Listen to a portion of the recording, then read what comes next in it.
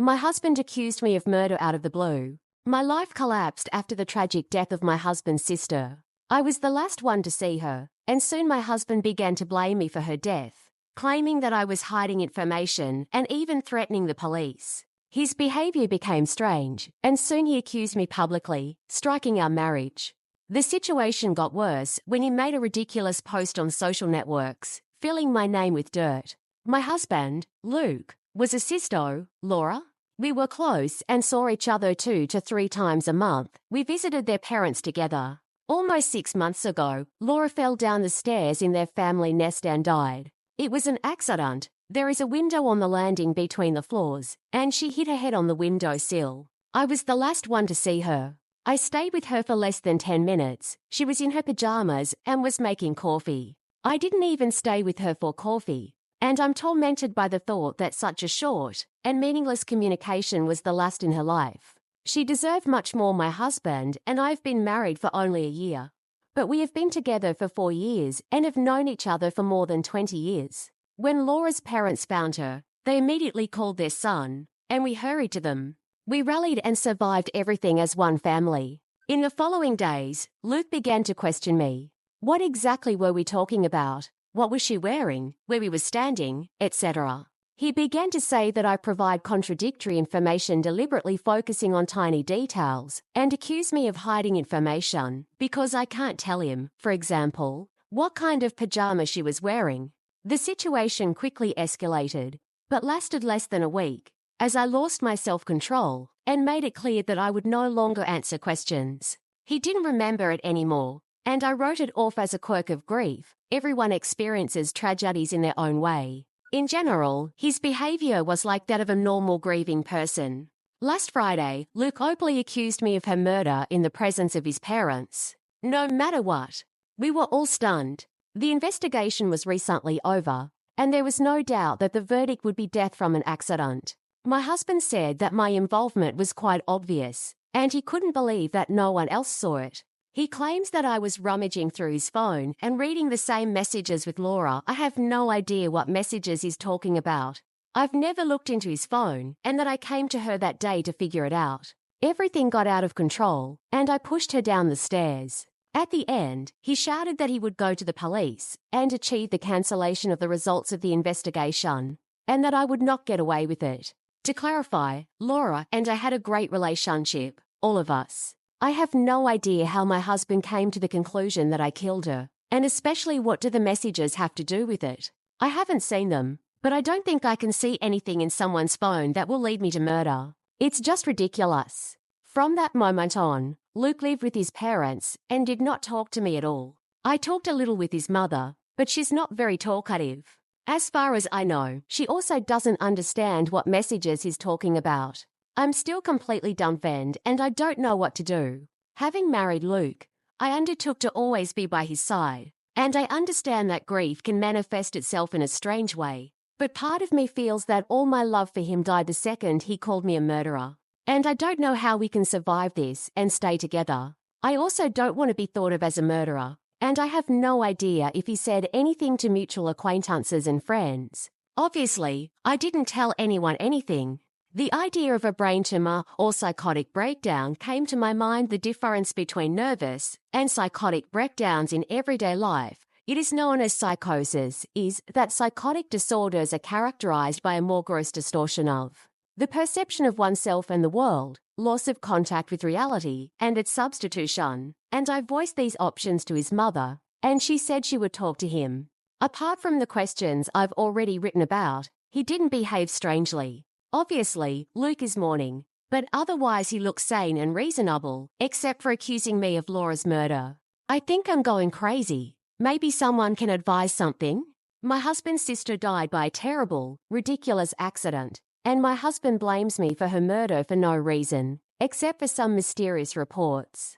Can I force my husband to undergo a psychiatric examination? And do I have a risk of being arrested or prosecuted? We are in England. I'm in a strange and difficult situation with my husband. I broke the law and I feel that I have no choice but to do it again for the sake of my safety. I don't know what kind of lawyer I need and what my next action should be. We are in England. I'll try not to complicate the text too much. My husband's sister died suddenly at the beginning of the year. Her death was an accident, and there was no suggestion to the contrary. Recently, the investigation was completed, which issued a verdict of death from an accident. I was the last one to see Laura alive. The time of her death, which came almost instantly due to her injury, was confirmed. She died a few hours after I left her house. All this was checked by the police. Immediately after Laura's tragic death, my husband behaved strangely and kept trying to find inconsistencies in my story about our last meeting, which was very short and did not carry any special interaction. Last week, a few months after my husband first sat down on me with questions, he accused me of murder in the presence of his parents. Luke said that I read his messages with his sister, and we had a conflict with her, that he was going to get the coroner's decision to be cancelled and get the police to conduct a new investigation. Since then, today is the 9th day I haven't seen him and haven't heard anything about him.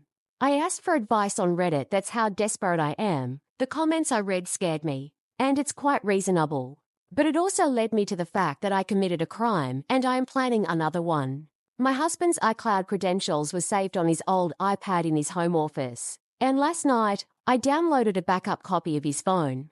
I read all his messages with his sister, and there is absolutely nothing there that could lead to the consequences that Luke was talking about. I understand that this is illegal, and I'm worried about the possible consequences. I'm also waiting for a call from the locksmith to change the locks in the house we own together, which I think is also illegal. So, this brings me to my main questions. I feel entitled to act for my own safety, but is there a certain degree of pragmatism in the law in such matters because of the current situation, or have I put myself under attack? I accepted the fact that our relationship is over, but his parents don't seem to take it seriously and have withdrawn from solving the problem. I believe that my husband has a serious mental health problem that can put people in danger, especially me. Is there anything I can do if I only have the fact that I am accused of murder? I believe that he should be detained and investigated as a full-scale psychosis. I'm sorry that all this is a bit crazy. Besides, what type of lawyer do I need? As far as I understand, the coroner's decision cannot be appealed. Is that right? Will his accusations have any meaning? Can I protect myself from this or stop him so that he doesn't tell others and build up the conflict? We live in our hometown, and everyone knows everyone. It can haunt me forever, even though it's a lie or a delusional fantasy of my husband. I will be very grateful for any advice. There were no crazy or at least suspicious reports. I typed more than 100 keywords into the search and scrolled through correspondence from years ago. I saw them both from the side I didn't expect, but nothing that would explain the claim that I killed Laura because of their correspondence. There is no indication that he cheated. Absolutely nothing that could suggest incest. I repeat, nitrogen monoxide incest. No strange spaces where remote conversations or switching to another communication application could fit. It's just that my brother and sister made plans, set memes, and gossiped. They said unexpectedly terrible things about several people, but not about me. It was a kind of relief, but it caused more questions than it gave answers. After the publication here, I applied for legal assistance, including Reddit. It turned out that there are only 2 options, to divorce him or go to jail. I contacted the local mental health team. They said they would contact him, but made it clear that it was not urgent. Then I called his mother and said that if there was no news from him by this weekend, I would hire a lawyer and ask him to conduct a mental health assessment as part of the divorce. In response, he made a ridiculous post in F***K, which we both haven't used for many years, and shit got on the fan. Everything flew away. I will try to present everything briefly. On Friday evening, Luke made a long accusation against F***K,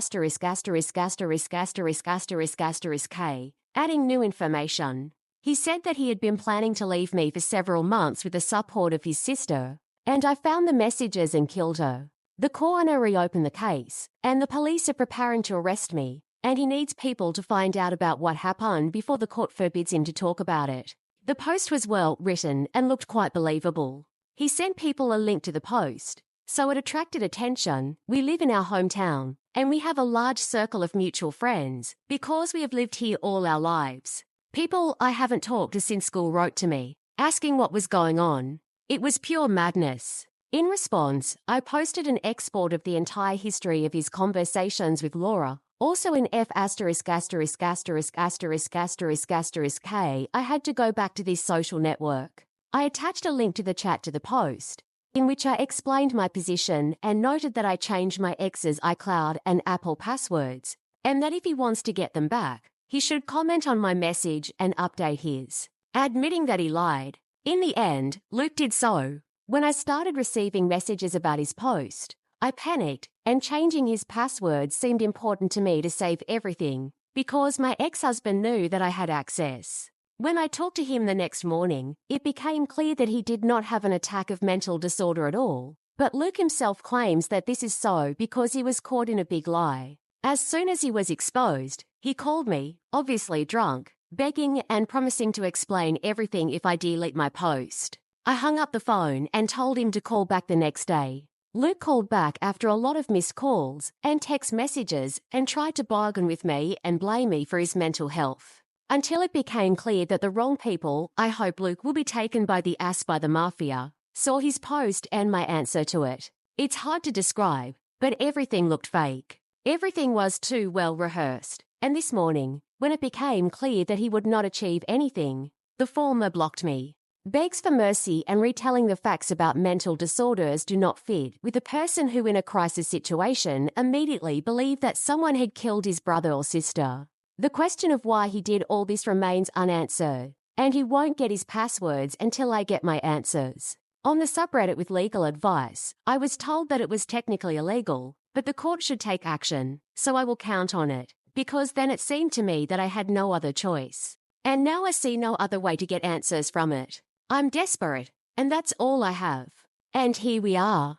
Relationships that I've considered my destiny since adolescence, the love of my life, have come down to petty, confusing and vengeful shit played out on social networks for unknown reasons. My hope that this is a brain tumor has faded, and it is obvious that tomorrow morning will be the day for me when I contact a divorce lawyer and stop writing posts.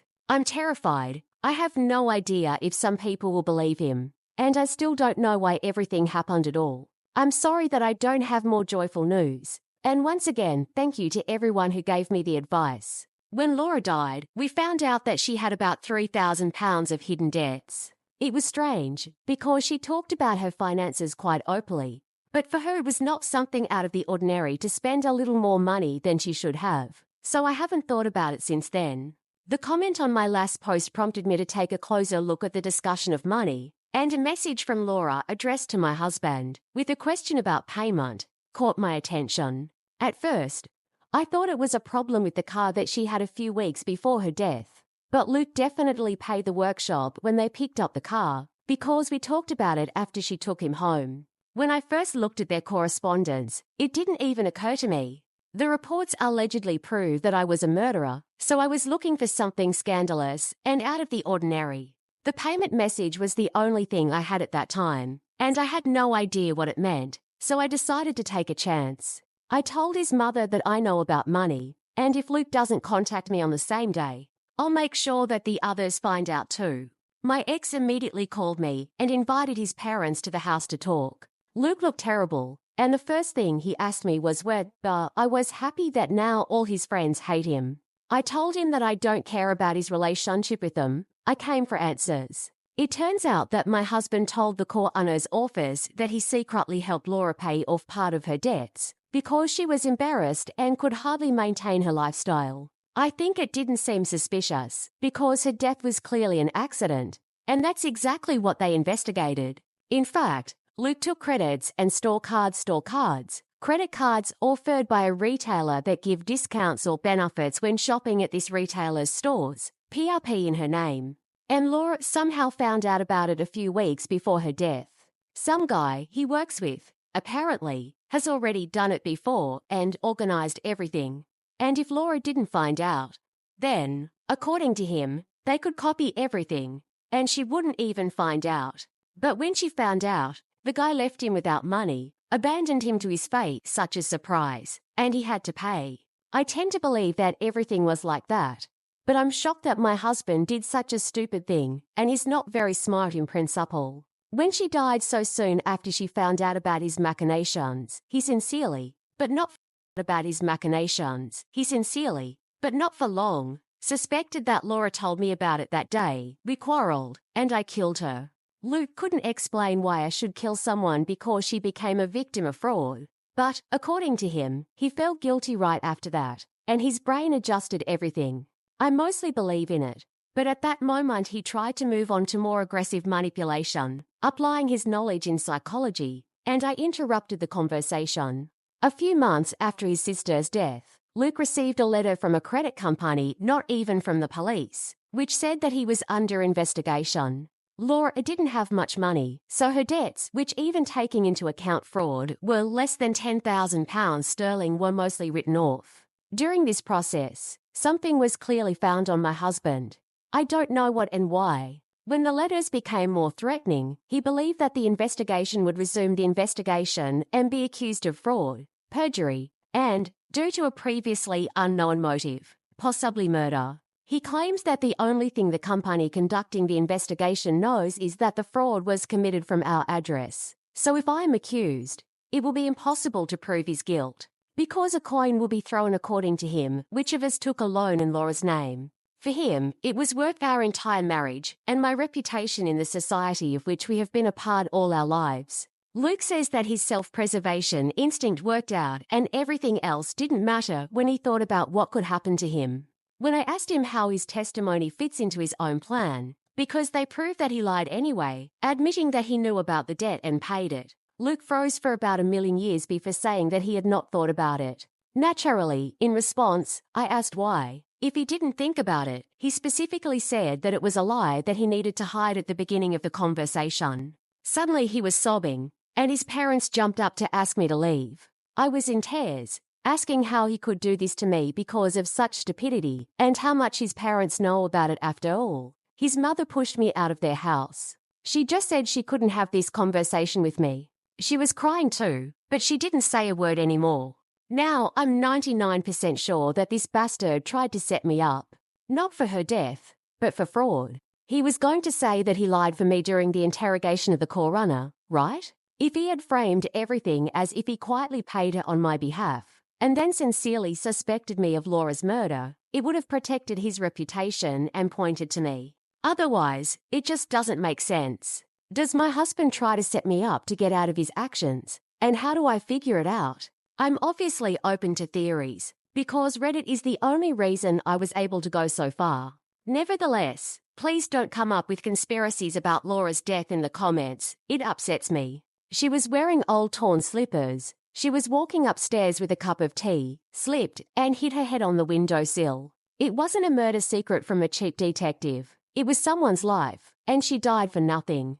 Maybe a butterfly flapped its wings somewhere. I don't know, but it's already hard for me to accept it, without reading the assumptions that are shouted on the internet while my marriage is falling apart. The events of recent weeks have left me in a state of complete chaos. I was exhausted emotionally and physically. Every day became a test full of worries and doubts.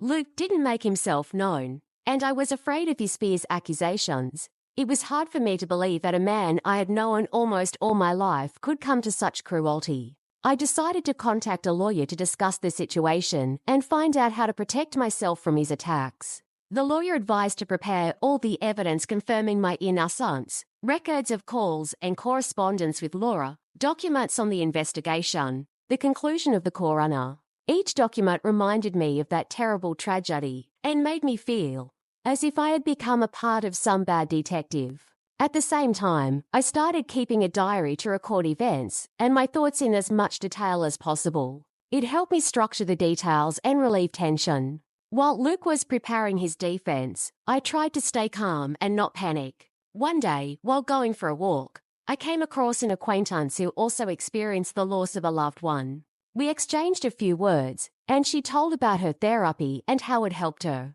Her sincerity and openness inspired me. I realized that I should not go through this alone. I made an appointment with a psychologist who would help me cope with grief and find a way out of this difficult condition. Meanwhile, rumors about what was happening spread around our small town. People whispered behind my back. Some even asked me in the face if Luke was telling the truth.